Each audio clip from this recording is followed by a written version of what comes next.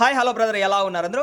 కువైట్లో ఉన్నటువంటి మహబూలా ప్రాంతంలో ఎవరైతే పని చేస్తున్నారో ఆడవాళ్ళు మగవాళ్ళు ఇక మీదట భయపడాల్సిన అవసరం లేదు. మీరు ఇంటికి ప్రశాంతంగా డబ్బు అయితే పంపించుకోండి. రీసెంట్గా నేను ఇంతకుముందే వీడియో ఒకటి అయితే అప్లోడ్ అయితే చేశానుగా. మహబూలా ప్రాంతంలో ఉన్నటువంటి మనీ ఎక్స్చేంజ్లకి ఇద్దరు వ్యక్తులు వెళ్ళి అక్కడ ఉన్నటువంటి పరిసర ప్రాంతాలను గమనిస్తూ రెండు తుపాకులతో అక్కడ ఉన్నటువంటి వాళ్ళని భయభ్రాంతులను చేసి అక్కడ ఉన్నటువంటి డబ్బులు ఏవైతే ఉన్నాయో దాదాపుగా 10,000 దినార్లు తీసుకుని కారులో జంప్ అయ్యారని చెప్పేసి రీసెంట్గా ఇలా ఎవరైతే బ్యాంకులోకి దూరి డబ్బులు తీసుకొని పారిపోయారో వాళ్లకు సంబంధించినటువంటి ఇద్దరినైతే రీసెంట్గా కువైట్కి సంబంధించినటువంటి పోలీస్ డిపార్ట్మెంట్ వాళ్ళు ఈరోజు పట్టుకున్నారు. వాళ్ళ యొక్క వీడియోను కూడా రిలీజ్ అయితే చేశారు. చూడండి వాళ్ళు ఏ విధంగా అయితే ఇక్కడ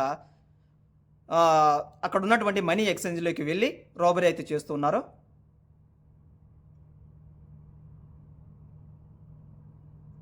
చూశారు కదా, లోపలికి వెళ్ళారు, అక్కడ ఉన్నటువంటి గన్నులు అయితే చూపించారు. అదేవిధంగా అక్కడ ఉన్నటువంటి వాళ్ళ దగ్గర డబ్బులు తీసుకొని క్యాష్ కౌంటర్ నుంచి పారిపోయారు. ఇలా వెళ్ళిపోయినటువంటి వాళ్ళని పోలీసు వాళ్ళు చాలా చాకచక్యంగా ఇప్పటికైతే అరెస్ట్ అయితే చేశారు. అయితే ఇక్కడ ట్విస్ట్ ఏంటో తెలుసా? దాదాపుగా 24 గంటల్లో ఈ బ్యాంకులో దొంగతనం చేసినటువంటి 24 గంటల్లోనే దాదాపుగా ఎంత డబ్బు వీళ్ళు మరొక చోట దొంగతనం చేశారో తెలుసా?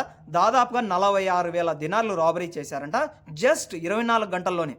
అంటే ఒక్క రోజులోనే కువైట్కి సంబంధించినటువంటి వివిధ రకాలైనటువంటి మనీ ఎక్స్చేంజ్లలో అదేవిధంగా షాప్స్లలో ప్రతి ఒక్క చోట 46,000 దినార్లు వీళ్ళు దొంగతనం చేశారని చెప్పడం జరిగింది పోలీస్ డిపార్ట్మెంట్ వాళ్ళు.